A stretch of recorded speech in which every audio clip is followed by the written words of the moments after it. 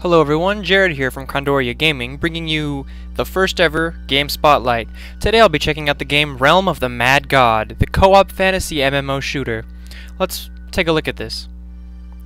In this game, here, I'll delete this character and show you. In this game, there are a series of character classes that you can play as. When you start a new profile here, you begin as the Wizard. And you unlock all the other character classes by doing character class quests. So I'll take you into the game and I'll play through as a wizard because that's the first thing every one of you is going to be doing. Basically, in this game, you're a little pixelated guy and with silly little attacks. I found this game earlier and I think it's really cool and it's definitely worth checking out. You start the game and you go into these little realms that are named Cyclops, Demon, Golem, Ogre, Beholder, and there's a Djinn one somewhere around here. Anyways, we're gonna go into the Golem realm because it's fairly empty right now, and I'll show you around the mechanics of the game. Game controls are WASD, which is fairly standard. You attack by left-clicking the screen with your mouse, and you can set auto attacks by pressing T. That will let your character attack always, and you're free to move around and dodge enemy attacks. The fast-paced, pixelated gameplay is a little awkward at first, but it's really more fun than it should be. You gain experience points by killing creeps, and occasionally they will drop loot. In this game, you have your loot will be over here on this little menu, and you will get a weapon, special power, some type of armor, and an accessory like a ring, or I don't know if you can get necklaces. I haven't seen any. Usually it's rings. And you have 8 other item slots where you can map potions or other items that you pick up. Each of the item slots is hotkeyed 1, 2, 3, 4, 5, 6, 7, and 8, so they're easily accessible, or you can shift and click on them and they will be procced and you will use them in-game. The top right of the screen is your mini-map where you will see what's going on with you, and you are the blue arrow, red is enemy, and green dots are other players. You can scroll in and out by clicking here, or by scrolling with the mouse wheel. Quests will appear on your game screen, and they are battles that you can do with slightly more challenging enemies for significantly increased experience and treasure. So we're going to be going over there. Oh, we've got a new staff here, so I'm going to be trading out our energy staff for our firebrand staff and fighting our way over to the elf wizard where I will do our first quest boss fight. Ooh, no, I don't really want that. That's a bow. I'm not playing an archer. I was playing an archer earlier. They're fun. Basically, to unlock the next class after you start the game, you have to reach level 5 as a wizard character without dying. I just got to level 2. Then you ooh, that's actually a really good item, taking that. Then you will unlock the priest, and once you get your priest to level 5, you'll unlock your archer, and once you get your archer to level 5, you will unlock the rogue, and so on and so forth. The more characters you unlock, the more challenging it is to get new types of characters. So I will be working on getting to this elf wizard for the next few moments while I kind of talk about the type of enemies you're going to see.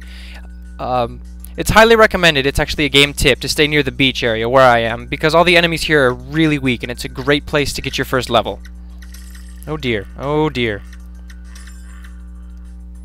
As you progress in levels, you can start to make your way deeper into the mini-map where level 12 players, level 20 players are. And out there, it's pretty intense. There's these little pixelated, you know, fireballs and laser beams flying at you from everywhere, and the enemies, they hurt a lot more and have, you know, more health. They're more dangerous. So as I make my way up to this elf wizard, this is a good time for me to point out that if you die as a character in this game, there's no going back. Once you are dead, you are dead. In the realm of the Mad God, if you die, you are not coming back. You actually have to start as a new character. It takes, I don't know, depending on what you're doing, it can take several hours to level your character all the way up to level 20. And after that, it's all about reaching your fame goals, where if you kill the gods and other epic creatures, your fame will increase, and that's involved significantly in the character class quests. He dropped a comet staff, which is it better? It is actually 5 points better than the staff I'm using, so I'll be switching again. And as I've beaten the first quest, the game has given me a new quest, which is over here. So I have to make my way up through this forest towards the next elf wizard that I'll be fighting.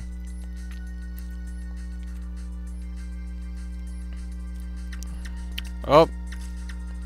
Fire sprites are wiping people out, man.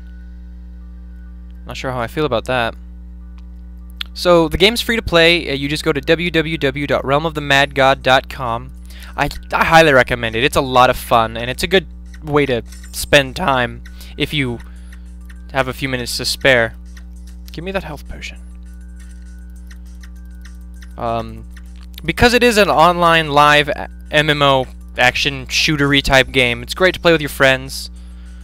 And you can play by yourself. There's lots of people online that you can team up with to go fight the crazy ghost gods and skeleton gods and cube gods and mad gods and tree gods and god gods and elf gods and fairy gods like this dude, except he's not a god. I'm just gonna wipe him out.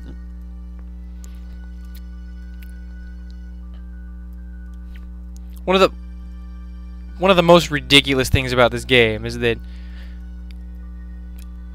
because it's pixelated and because it's so simple, it really shouldn't be as entertaining as it is, but you start playing and then you...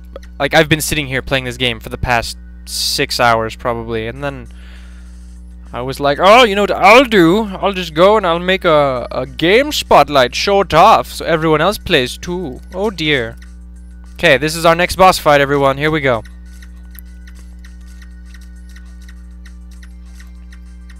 Oh man, I'm so bad at this game. Get my ass kicked. Got him. Alright, no. Yeah, I'll switch that. Take that. Wow. Alright, and you can have 8 items, and that's it. Now, I'm going to show you the next cool thing.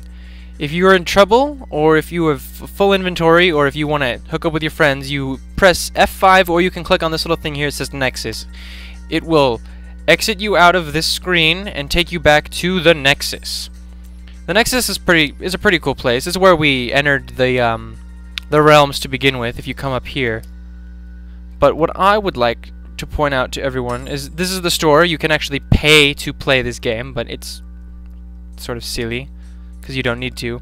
Here is where you can create, if you're registering your account, you can name your character. I've named him Krondoria because, well, that's who we are. This is what I'd like to point out. If you have a full inventory and you would like to keep some of these items for other characters you may unlock or would like to play in the future, you go to the vault. It's these 2 yellow spheres here, and you click enter. And it takes you to this really cool room full of treasure boxes. Each of them hold 8 items as well. You get 1 for free, and then you have to pay for the rest of them. So that's up to you to decide if you'd like to blow money running around as a little square wizard. But in here you can keep items. I've been collecting them all day, so I'm gonna throw this in here and the shield, and then I'm gonna get back to adventure. But this is Realm of the Mad God. I highly suggest you check it out. Thanks for watching.